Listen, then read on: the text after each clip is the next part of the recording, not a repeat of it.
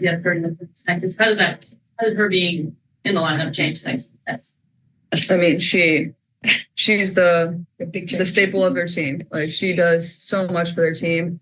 You know, there was a few times she made a few shots and I caught myself like, oh, dang, like, can't guard that. Like, and I don't really do that often, but there was a few times where she made a tough runner, I think on the left side there in the second half off the glass outside the paint.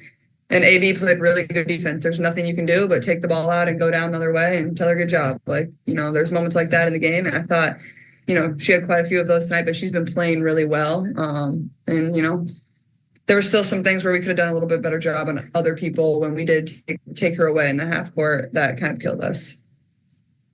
The last one on Zoom, Mike Vopel, go ahead.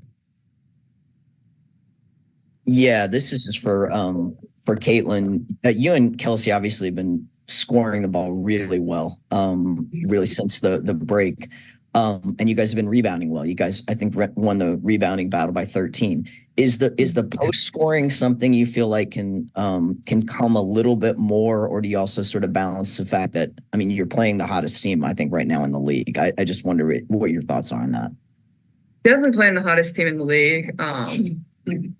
I thought that AB was working really hard on defense, especially when you change the matchup to her guarding Fee, and that can take a lot out of you. So I thought at times that probably, maybe made her a little tired. That's how much attention Fee demands, but also AB is, a corner piece of our offense. We have to find a way to get her some easy looks. Like we didn't go to her enough, honestly. And I thought even in the fourth quarter, we turned away from her. That's who we need to go to. But she was really good. 7-0 boards, 15 rebounds total. I thought she played really good defense. But when she's, having to exert herself so much on somebody that's, one of the best players in our league, we have to find a way to get her a few more easy looks. I thought we could have done a little bit better job there. But one of our keys, to the game tonight was to play inside out. I think at halftime we had 26 paint points. I don't know what we finished with, but I thought we could have got it in there a little more, specifically to AB. Indiana, they just started off slow. They wasn't doing the running gun, which we all know that's their best game. I think they tried to go out there and control the pace of the game, but that's not their game, right? Especially going up against Minnesota. I mean, if you look at their numbers, we're going to take a look at them later, but they're very efficient. They're really good at confusing the defense with the way they move the ball, playing that high-low ball, pick and rolls. They are very efficient with finding open shots for their teammates as well. Indiana, they didn't have it today. They didn't have it. Defense wasn't on point. And they also got to do better with knocking down them threes. Caitlin Clark, she had 23 points, 8 assists. She had 7 turnovers. She almost had more turnovers than she had assists, but, she had 8 assists, 5 rebounds, so she had an okay game. She was 3 from 8 from the 3, which is okay, but I really wish that we could see her knock them down a little earlier and be more consistent with her threes, because she's a great shooter.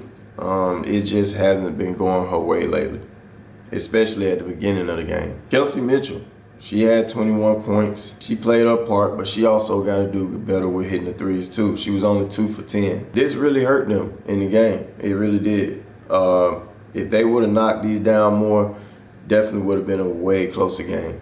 Probably could have won the game. Who knows? I really wish they'd do better at hitting those threes. I feel like since the second half, though, Kelsey Mitchell has been the glue to the team. She's been the player that when everybody else is doing bad, she takes over the game and she keeps them in the game. Like if you look at the previous game when they played against the Storm, Lexi Hole, she did her thing too, I ain't gonna lie to you. Her and Kelsey Mitchell were the 2 players that was hitting consistently, in which they were the reason why the Fever stayed in the game. Lexi Hole, she didn't give you as much as she gave you last game, but she was the most consistent shooter. She had 10 points and 2 rebounds. She was 2 for 3 from the 3, and she was 4 for 5 from the field. So as of right now, Lexi Hole is definitely the most consistent shooter when it comes to the Indiana Fever. Aaliyah Boston, she did what she was supposed to do, okay? She got 10 points. She had 15 rebounds. So, she played her part, but God bless her soul, man, because she was trying her best to stop Collier, but it was just, Collier is who she is. Like Caitlin said, when you playing against great players like that, All you can do is do your best. But they tried. They tried. I can give them that. But Minnesota, they a different breed, man. McBride, oh my goodness. Look, the fourth quarter was hers. Like, hands down. She went crazy. She had 19 points. Like I said, the fourth quarter was all hers, and nobody had an answer for her. Nafisa, right now, if you ask me, if she keeps performing like this, you got to give her the MVP. Hands down. She looks like the best player out there on the court. She had 31 points. She was 1 for 4 from the three. She was 12 from 18 from the field. When it comes to Collar, man, she a dog. That layup she made with the left hand off the glass, like, how can you defend something like that? I just really love the way Minnesota play the game. I really do. They have been, since the second half, they've been the most consistent team. I mean, they were 50% from the field and 40% from the three. When you got a team putting up numbers like this consistently, unbeatable. You literally have to come out playing your best, playing your A game against a team like this. It's the only way you're going to beat them. Indiana, they were 43 from the field, 24 from the three. This not going to get it done. They had 16 turnovers. And the crazy thing about it is they out-rebound Minnesota. Minnesota only had 27 rebounds. Indiana had 40. This says a lot about Minnesota. They got out-rebounded and still won. That's how good of a team they are. This just shows you it don't matter how much you out-rebound a team. If you're not scoring, those numbers don't matter. We all know Indiana's going to make it to the playoffs.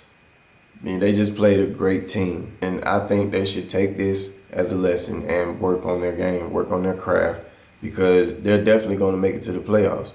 And if they want to be any type of competition in the playoffs, they definitely got to work on this.